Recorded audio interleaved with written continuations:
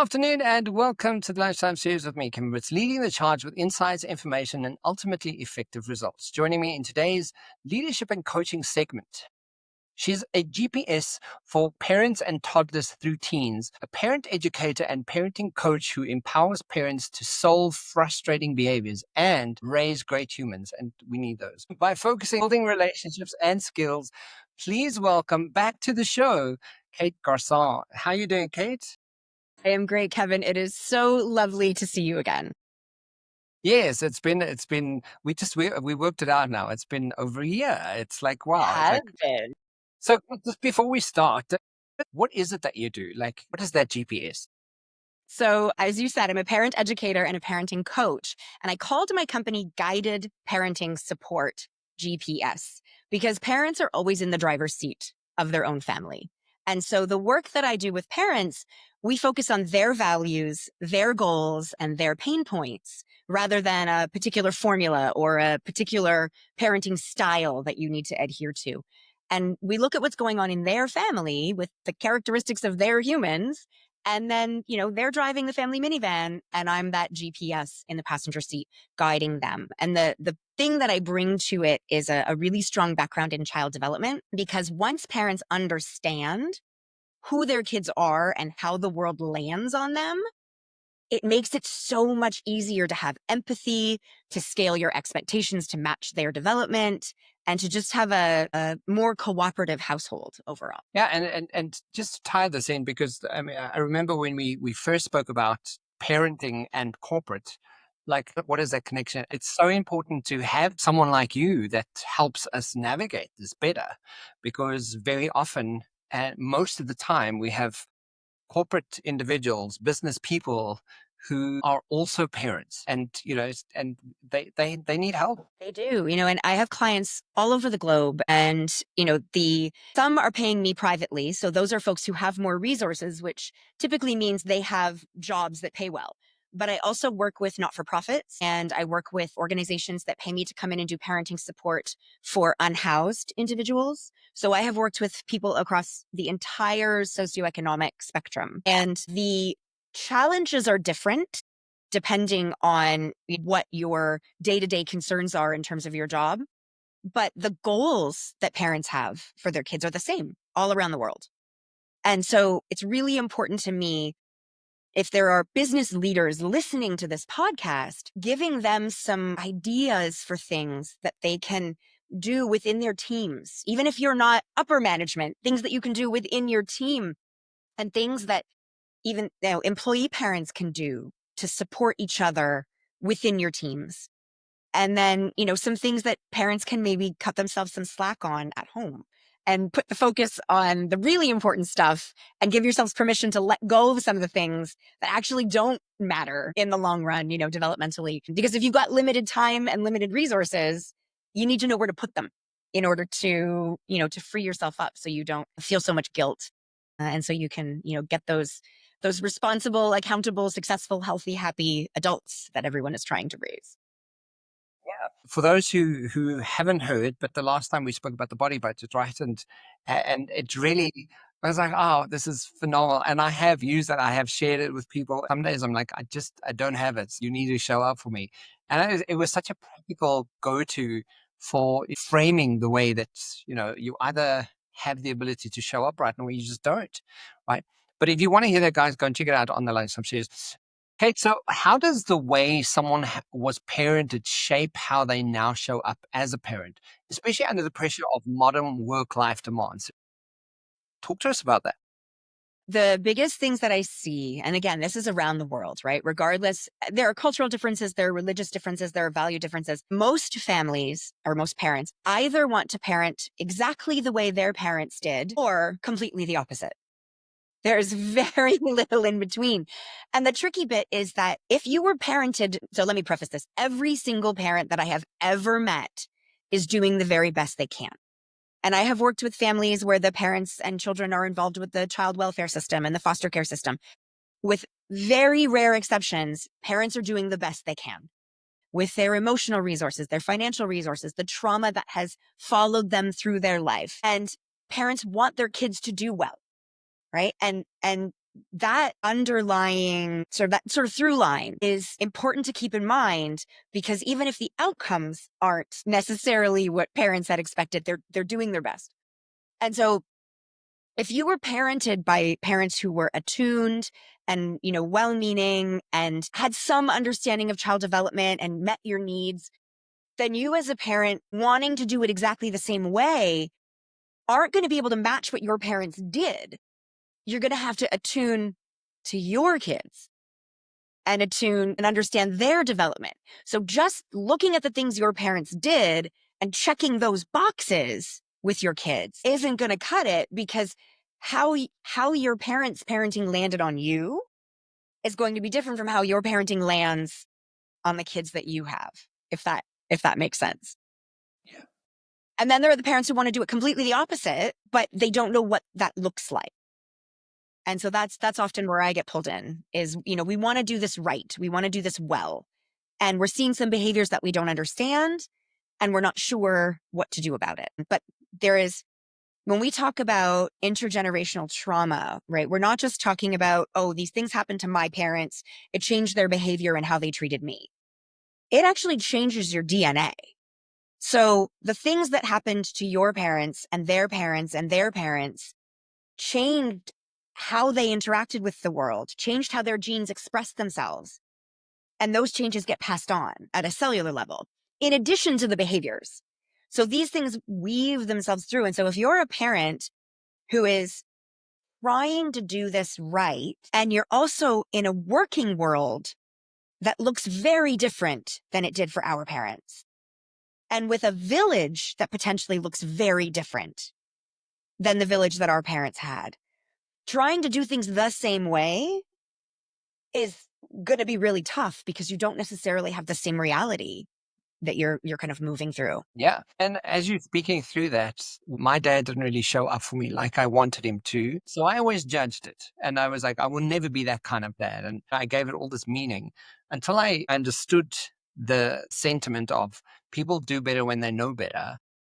And if they don't know better, they can't do better. But that still doesn't excuse bad behavior, right? And I kind of measured that according to what I thought was the best or the perfect role model and my superhero kind of idea, until I grew up kind of going, what's that mean? And how can I position that? And being a dad now, you go, okay, so what does that mean? And how do I show up for my daughter? And how would I attune to that? You also mentioned generational, and I think the reality, as you say, that we grow up today, or kids grow up with today, it's almost black and white compared to when It's we were very younger. different. I mean, even if you look at technology, right? We had an analog childhood, right? And children today, with very few exceptions, are having a digital childhood. And our brains did not evolve to live digital lives. So if we're going to continue to raise these healthy kids, we have to look at the realities of the tech and then lean really heavily in to what brains and bodies need in real life in order to kind of offset the impacts that these devices and technology have on growing brains. That's a whole other thing. I'll come back on. We'll talk about that.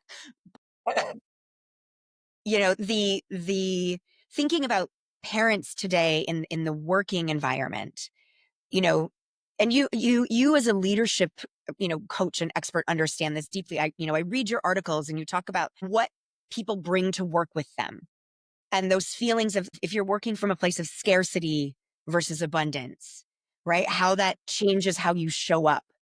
And I don't think there's any place more accurate for that than parenting, you know, because if you're showing up to work as a parent employee and you're literally worried about losing your job, that brings talk about body budgets, right? That stress that puts on your body budget, it leaves you with very little bandwidth to be creative, to be comfortable, to build relationships, to speak up. If you're worried about losing the income for your family. But the other piece of it is, even if you know your job is secure, as parents, you don't necessarily have the bandwidth to move ahead with your career and also focus on your family. So even if your job is secure, there's the worry about the time you're losing moving forward in your career, that if you're taking that time off with your kids. So there, I mean, there's it. If you are a parent, that changes your entire being. You view the world through that lens. Everything you do is filtered through being a parent and the children that you are responsible for. So you can't not bring that to work with you. And I think what stands out as you unpack it, job versus parent, kind of those two places that we have to play. What's interesting about, as you were speaking through it now, is part of being a parent, like you can disassociate and go, well, this is not an emotional thing. This is home. This is not home stuff. So I almost have this disassociated approach to leadership or showing up for people, and as you say, parenting, in my opinion, I think with my daughter's been the magnifier of everything I didn't want to approach. And yet she magnifies and kind of goes, well, like, you need to look at this. This is something that you're not doing well at. And you either adapt to it, or either way, it sort of steers a parenting style. For sure, the behavior of your kids is the indicator of how your parenting is landing on them. Right. And it's also an indicator of, and that's not to say like really, really good parents can have difficult kids, right? Because if there's a mismatch between your intentions and your knowledge and your strategies and how that's landing on your kid, then yeah, there's going to be some challenges there. But especially if it's a biological child, you see characteristics of yourself in that kid who hasn't had 40 or 50 years to kind of take the edge off. And you go like, that's wild, right? Some of those behaviors do also happen with adopted and foster situations when they're together long enough. But like when there's genes at play and you see your kid making that face or rolling their eyes in a certain way or like doing the things that you as an adult do, it's so triggering.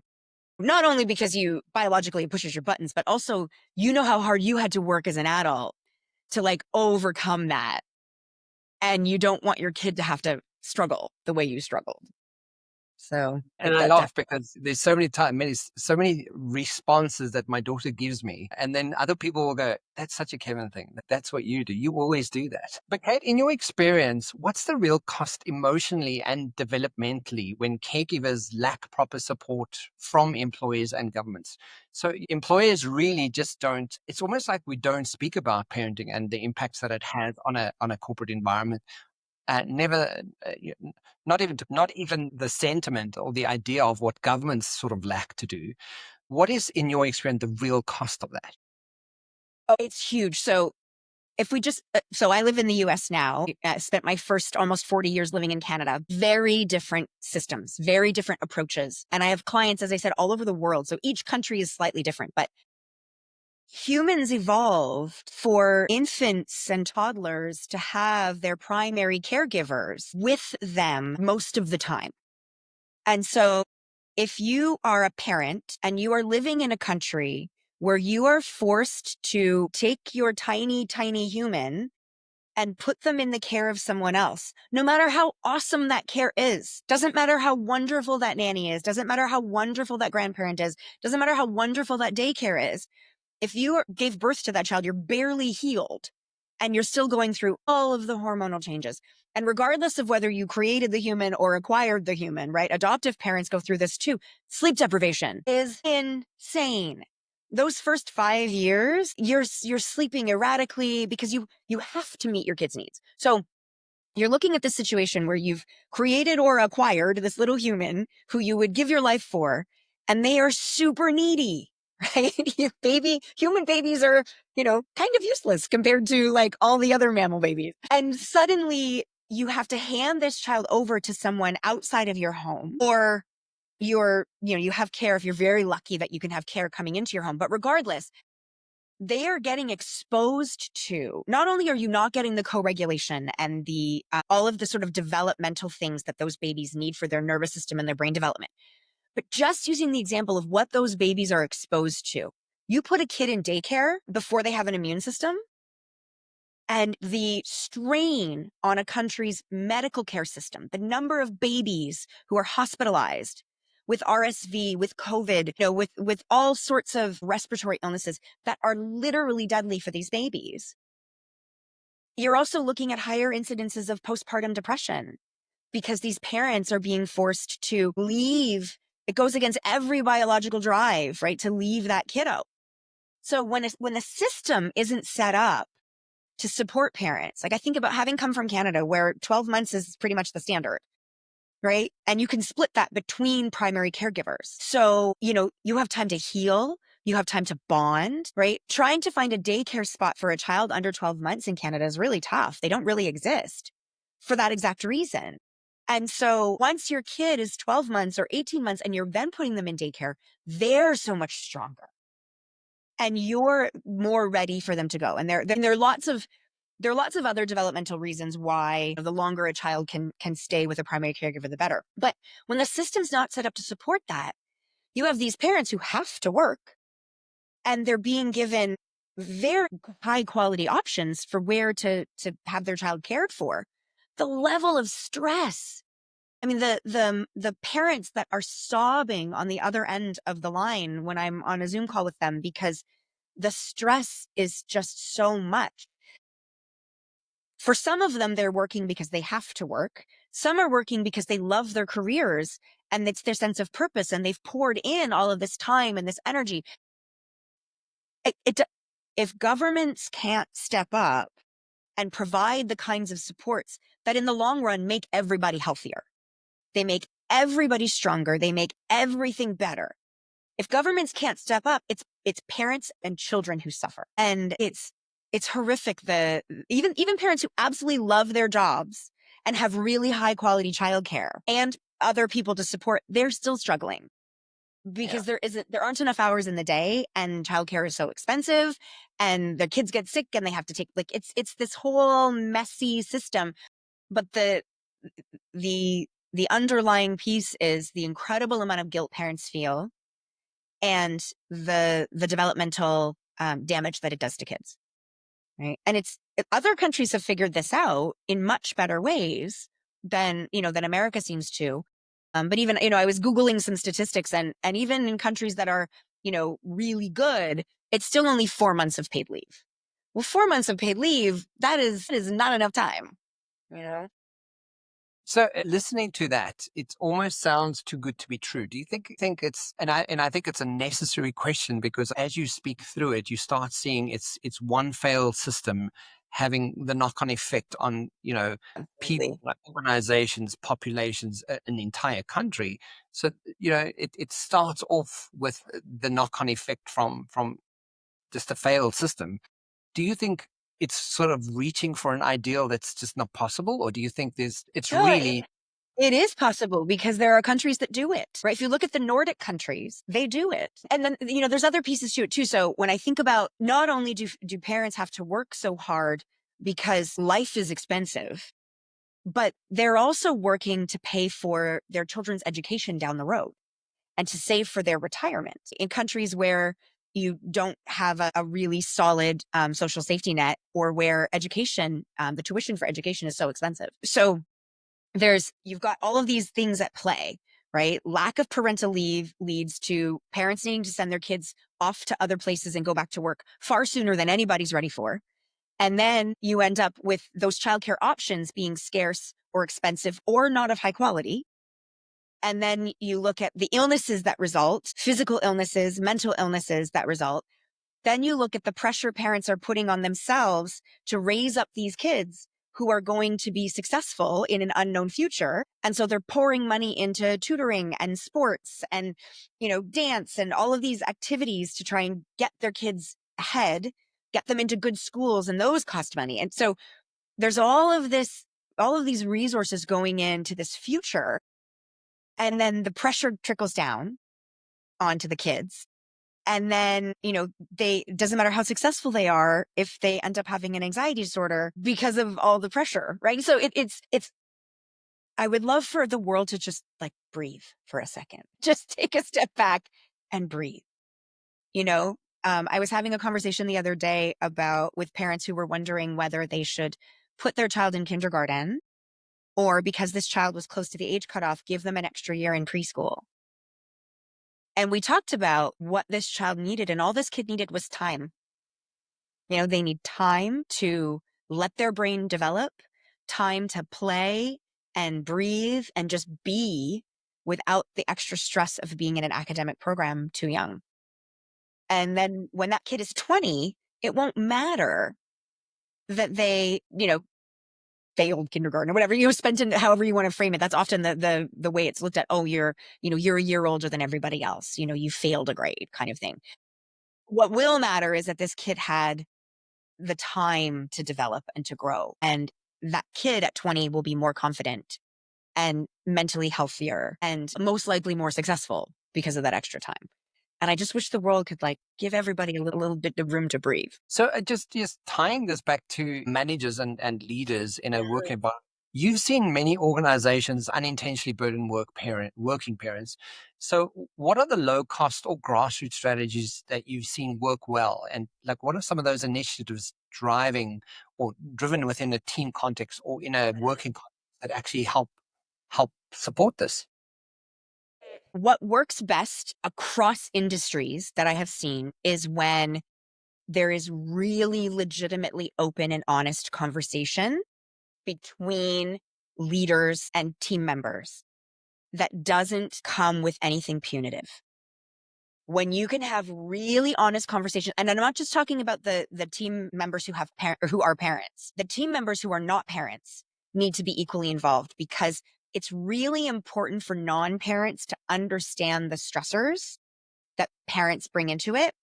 It's equally important for parents to understand that they've made the choice to have children, and other people who've either made the choice not to or are not there yet, their stresses and worries are no less valid and important. If you're in a workplace that's very welcoming to parents, but it slants too far towards, well, I got to leave early because I got to get the kids, got to leave early because the kids have a doctor's appointment, got to leave early because I've got the school play. And these other employees and team members who don't have kids are like, what the hell? I'm always picking up the slack for you. You're going to end up really struggling. Whereas when you look as a team at whatever the objective is, whatever the work is that needs to get done, and you look at who's got the bandwidth to do it based on what's going on, and divvying it up that way, rather than this is my role, this is what I'm going to do, and I'm going to struggle in silence if I can't get it done within the hours that I have available because my toddler is sick, or I have a child with a disability and they require extra doctor's appointments, or whatever it is. I remember even personally working in situations where we would have these conversations, and it was when you build that trust and that psychological safety and there's give and take, it actually goes really smoothly. Where, let's say, for example, when I was teaching back in Canada, if we had a night event, it would be the kind of thing where we'd sort of say to each other, okay, you want to get home in time to get the kids to bed. I don't have that. So I'll stay later, but can you pass off the kids a little earlier to your spouse for dinner and you come in earlier for setup, right? You do setup, I'll do cleanup, everybody wins. Right. And that's just one tiny example of when you can communicate and be really honest. But that takes the work that you do with teams to build those environments where there truly is psychological safety, where you don't have people kind of nattering at each other, behind each other's backs and saying, well, so-and-so took extra time off for their kid. Nothing is ever equal, but over time it has to feel fair. Yeah. And it's not unlike raising multiple children, right? Nothing's ever equal, but it does have to feel, over time, it has to feel fair. And people also need to be able to say, right now, this isn't feeling fair. What can we do about it? I know what companies would bring me in during the pandemic. Everyone was working remotely for the most part. And so we were talking about, if you're at home working and your kids are there, it is unrealistic and unfair to expect those parents of little kids to be online at the same time as everybody else. So how can we flex that? And it feels in a way like during the pandemic, when everything was in crisis, we in fact did allow each other more grace. And then when it was over, we went back to, well, business as usual, but parents are still parents. Kids are still kids. And there are team members who don't have kids, but who are caring for aging parents, or who have a spouse who needs something, or they just want to go and do their hobby after hours and not be covering for someone else. It's important to have those conversations. Yeah, and just listening to that, very often as a parent, you don't consider that there are people working in an environment that absolutely just made a different choice, and they don't have that kind of life choice. And every time you come with an excuse, it's like, how does that impact, that environment? And what is the idea that it's creating in the team context, right? Like, because you have kids, you always get an extra 30 minutes off. For me, it's the same kind of idea of people who smoke. And you're like, well, the smokers get to go, and hang Yeah, out you for. get to go outside and have a break. Where's my break? But Yeah, in environments where you're working, I loved the terms that you use, when you're working in a place where there's abundance and you're not constantly feeling scarcity, you don't have to grab for things the same way.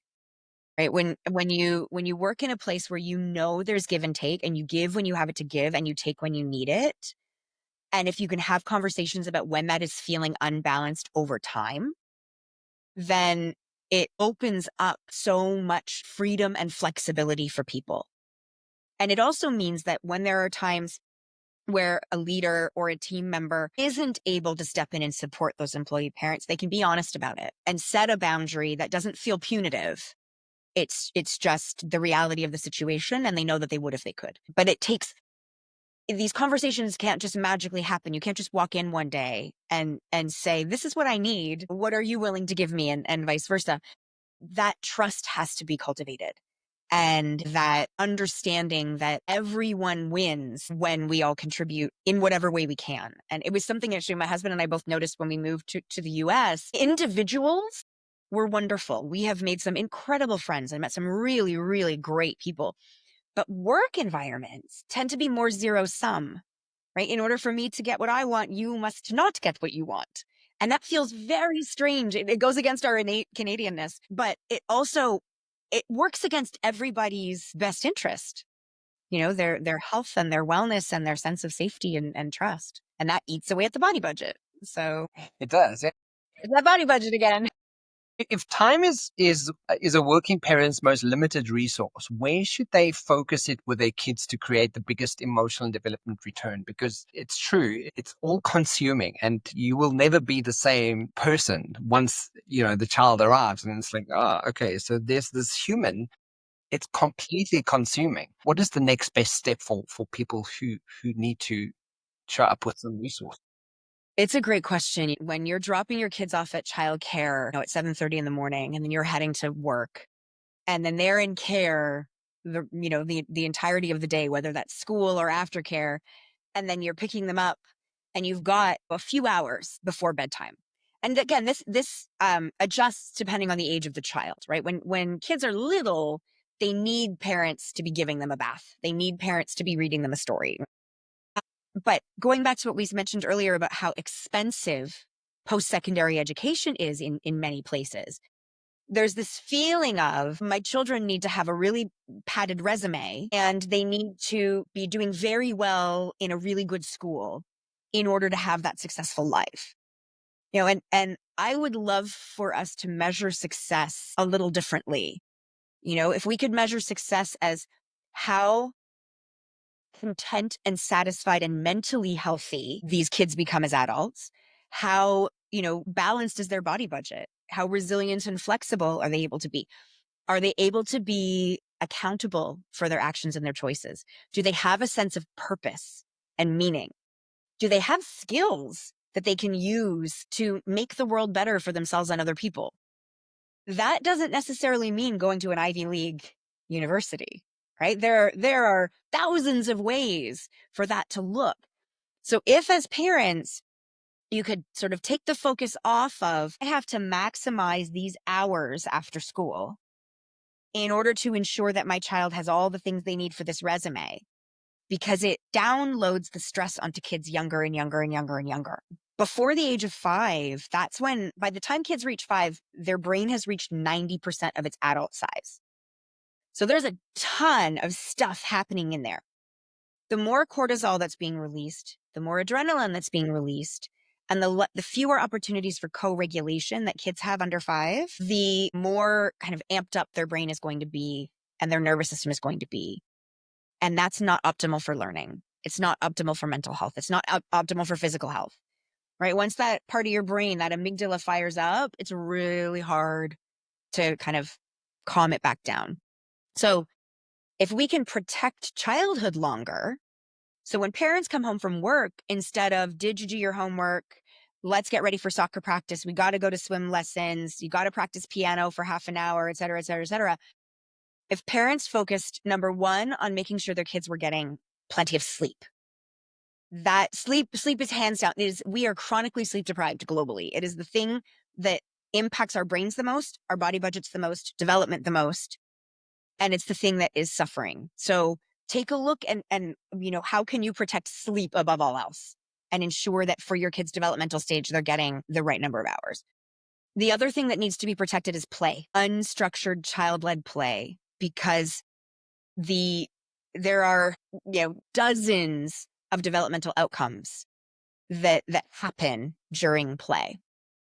And sitting down with your parents and them directing the activity is not play, right? Being in school and having the teacher direct the activity is not play. Being outside at recess and having a teacher preventing you from mitigating your own kind of social interactions and figuring things out is not play, right? All of those, soccer practice is great, but it's not play, right? It is an adult directed activity. So if parents could protect sleep and play and look at their, if you've got 3 hours in the evening between dinner and bedtime, how much of that can your child actually lead themselves and be free to daydream, to, less on homework and more on creativity? And the other two really big ones are household chores. Parents want to spend the quality time with their kids, and then after the kids are in bed, they're rushing around, taking out the trash and folding the laundry and loading the dishwasher. Kids should be doing all of those things either with you if they're little or taking responsibility for doing that. There are so many skills that are built with those chores. And then the other is service to others. That is huge. When kids they build skills that they can use to serve other people, they are developing all that stuff you want adults to have, right? Empathy, perspective taking, communication, collaboration, a sense of purpose, gratitude, appreciation, respect, all of those things that you're never going to get from a lecture on gratitude and respect. You only get it through developing that. If parents could look at the time that's not spent at work and when their kids are in care and utilize it differently, those kids are maximizing that developmental stage just by being kids or just by being teens and having those opportunities. That's going to maximize their brain development. That's going to set them up for that success, as opposed to sort of forcing activities that feel like they will maximize success, but in fact they work against the natural development of the brain.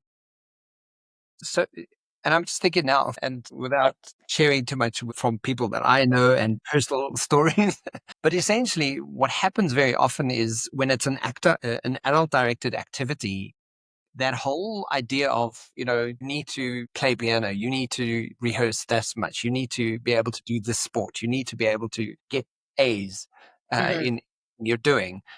Part of that, parents, and it's beautiful that we have this as parents to, want this for our children.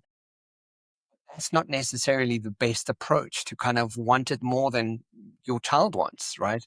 And very often it's almost like skewed identity because we have this, and this is something I've had because my daughter's 17 this year. And in the last 2 years, I've really had to reframe how we direct what she loves doing and what she's good at doing, where she thrives and where she's just not really interested. And it's been really interesting to navigate that. But what I needed to let go of as a personal kind of position was the idea of what it could be for as Of a who daughter. he should be. Yeah. Yeah. Yeah. Yeah. And it's a beautiful sentiment that we hold, but in that we're actually not helping and we're not observing what our children need and what's the best of what we could. And you say, just play, just the simple sentiment of play And you go, "Like, what does that even mean? Do you just sit and just play with them or let them play?" Let them play. Yeah. It's so there's lots of different types of play, right? There's rough and tumble, really physical play is crucial for kids to learn that's where the basis of consent is built. When you're roughhousing with someone and you say, stop, stop, it's too much, and they stop and they listen to you, that's the beginnings of consent, right? Rough and tumble play is how you learn what you're comfortable with and how to push your limits. It's also, I mean, the physicality of it, right? Balance and strength, proprioceptive input, vestibular sense, all of those things are really, really crucial for healthy development. And so it's why like a bunch of toddlers playing together is actually not an ideal scenario because they don't have any self-control or impulse control. So if two toddlers are wrestling, that's going to devolve really quickly into somebody getting hurt. But if a 5-year-old and a 2-year-old are wrestling, siblings, for example, or cousins, neighbors, when that 2-year-old says, stop, stop, stop, stop, the 5-year-old can, right? Or when these kids are wrestling with a parent or a much older sibling or a babysitter that they trust, right? That's how they develop those sense of self-control. Hero play is hugely important, right? Kids naturally get into this sort of like good guy, bad guy play because they're developing a moral compass. And there's a sense of that fantasy play of I get to envision myself as the hero in the story. Kids don't have a lot of power in their day-to-day life. So play is how they feel powerful. If something happened at school that day that left them feeling pretty disheartened, they can play it out with their action figures, with their stuffed animals, by talking to themselves. There's social play, there's, creative play, there's all these different kinds of play. And if your kid only has 30 minutes a day outside of organized activities, they're not building all of that. Play is also when you develop perspective taking. When you're playing with your friends, especially in mixed age groupings, and somebody does something that hurts your feelings, you get to recognize and process that. Kids process anger and aggression and frustration and disappointment and excitement. All of that gets processed through play. And if kids don't have that opportunity, they become adults who don't know how to regulate all of those emotions because they're all part of the human experience. And so if parents are so focused on a particular goal for their kid, and I see this, sports is a great example. You see this, you cannot tell at 3 years old if a kid is going to become a Major League Baseball player. You can't. There's no way, right? So putting your kid in T-ball and then devoting hours and hours and hours every week to getting them onto the rep team so that they can travel, like their whole childhood is eaten up. The chances of them actually making it to the NBA, the Major League Baseball, are like this sliver of a percentage. And yes, there's camaraderie, there's friendship. Team sports are great. Don't get me wrong. I think there are lots and lots of amazing skills and the physicality and, all of that is amazing. If that becomes your whole life and your whole personality, right? God forbid that kid gets hurt. And suddenly they're not with their teammates anymore. Their socialization is gone. Who they feel like they are is so tied to that identity that if it is taken from them because they get injured, because they get cut from the team, right? Because no matter how good they are, they just maybe aren't good enough because there's always somebody better. If their whole identity is tied to that, then, and even worse, if the family's identity is tied to that, if the parents have poured so many resources in, then, you're looking at not only has this child lost something, they feel like they've let their family down, and they haven't had the opportunities to develop the resilience against anxiety and depression that come from all the other things we talked about, sleep and play and service to others and household chores and all those kinds of things. So it's this like lose, lose, lose, lose. Whereas if things can just be more balanced, when a kid is 8, 9, 10, 11, 12 years old, if they're showing a real talent for something and they're really loving it, that's different. If the family is investing in something that the child has identified as a goal for them, that's a different thing than the parents pouring it in. All of this is to say, I would love for parents to be able to take pressure off of themselves. Come home from work and just and not feel like you have to put the money and the time into all of these things to raise these amazing kids that you want to raise. Give everyone in the family time out of that pressure cooker. So, and as you're speaking, I'm sure you have some amazing stories to share. So you've coached parents through some really deeply challenging moments. Can you share a story where simple shifts made really massive differences to lives for the child and the parent? Do you have a story or a go-to where you can? There are so many to choose from. I think there was one family who came to me. They had 4 adolescents and various ages. And, the older 2 were mostly launched and the younger 2 were still at home. And it was the third child that this family was struggling with because they were trying to parent this child the same way they parented the other 2, because the other 2 were like doing really well.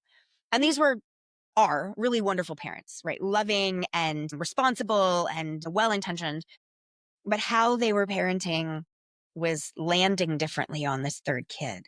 And it had created this, essentially the household was just a tug of war. And, they had tried all of the different sort of consequences they could think of. And they tried all of the punishments that they could think of because that's how they were raised, right? Going back to the very beginning of our conversation.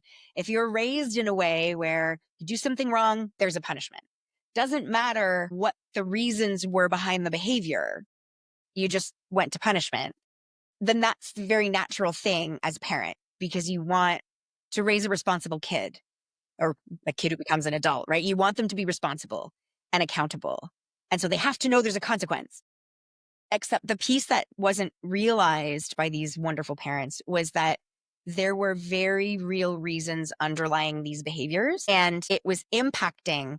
He was sort of walking into the house in fight or flight every day, armored up for battle because he knew he was going to get in trouble for something.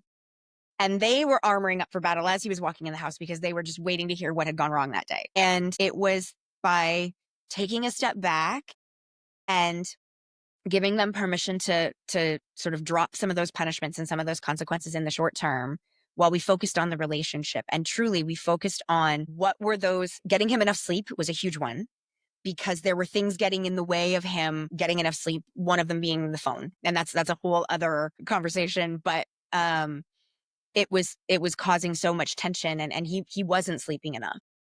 And turns out there were other factors going into why he wasn't sleeping. And so focusing on that, focusing on increasing his number of chores and responsibilities around the house, not by way of punishment, but by way of making him feel valued. He didn't realize how important his contributions were to the household and how needed he was because they were unintentionally trying to free up time for him to focus on school and to focus on another hobby that he was particularly into. What they didn't realize is that by doing that, he felt like he wasn't needed. When they started increasing that, it really did change the game. And then they started looking at things they could do together as a family, activities they could do together that were like going for a hike on a Saturday morning or baking cookies, even with your teenager. This kid loves spending time in the kitchen with his mom. Yeah. And it was these simple little shifts. It brought the temperature down in the household. Then we could get to what was going on underneath.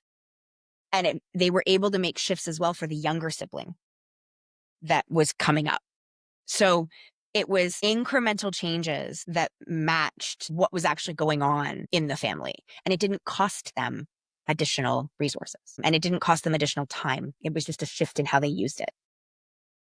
From the summary of that story, I would go like it was just building a relationship and kind of because essentially kids grow up, we grow up, adults, parents grow up, and then there's an evolution that happens essentially, and that also means your relationship also might change, right? Yeah. Yeah. To be in observation of what that change is, and I love that, and it's and like you say, it's not costly. It's just re-engineering. How do Yeah. you It's how do you doing it differently. Yeah. Not doing more, just doing different. Yeah. Yeah, I love it. So, Kate, just to circle back and kind of go from that conversation around parenting and children, bringing it back into the workspace. What if you could leave us with a last kind of idea on today's chat? What is the if you had to design the ideal parenting friendly workplace from scratch? What 3 features or cultural pillars would it be built on? What would you say? The first would be much longer parental leave. Absolutely. That would change. It would relieve so much stress. I wish it would come from governments. It is unlikely that that's going to happen in places where it isn't already happening. So companies can make available to parents much, much, much longer parental leave. So that's the first one. The second would be to support them in subsidized childcare, really high quality, but not in place of that longer parental leave, right? It's not, oh, we'll only give you 6 weeks off, but you can bring your 6-week-old to daycare. That's not what I mean. I love when companies provide parents with options for how they can utilize. Some companies do have childcare on site. Others, providing subsidies so that parents can afford really quality daycare or childcare, whatever that looks like, and how they choose to use it. Also keeping in mind for those non-parents, there needs to be things that are offset, right? Opportunities for them that are fair so that they also have access to different kinds of resources. But then the third thing I think would be creating an environment where baked into the structure are these conversations where it's not, oh, we'll cross that bridge when we get to it. It's right from the beginning of the onboarding process of new folks. This is the culture that we've cultivated, and that folks are given the support that they need when they need it, and they give to others when they have it to give. And that will benefit every single person at the company, not just the parents. Yeah, and just as you speak through it, because I know that in South Africa, there are companies that potentially do a lot of this, and they kind of steer towards that already. And we're far away off from getting it right. But essentially, I think sort of the epitome for just having the conversations and just kind of go, okay, so what are the struggles that we have, especially as parents in this environment, and how could it be better? What could alleviate that? And I think, as you say, baked into the system and into the structure of the organization, just to start having those conversations.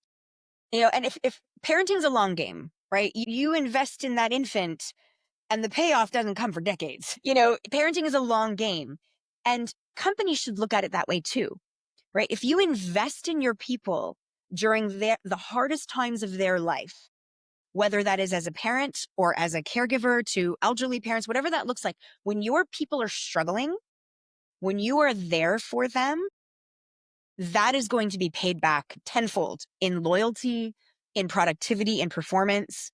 When countries invest in the long-term health and well-being of their citizens and the folks who live there, they're going to get that back in terms of health.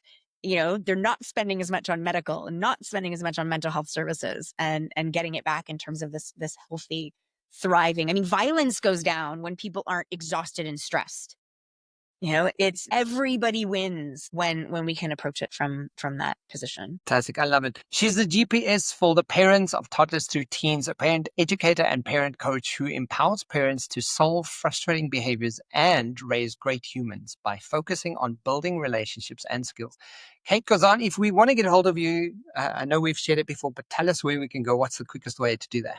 Best place is to go to my website. It is guidedparentingsupport.com. From there, you can email me. You can access my YouTube channel. I've got 130 videos up, little resource videos. You can find my socials. So guidedparentingsupport.com is the best place to find me. Fantastic. And guys, we will have it in the link in the description boxes below. Kate, thank you for the time. Thank you for unpacking and giving us more insight on parents and being a parent and a leader at the same time, and a working parent. Great to have you back and chat to you soon. Thanks for being here. Thank you so much for having me. I will chat with you anytime.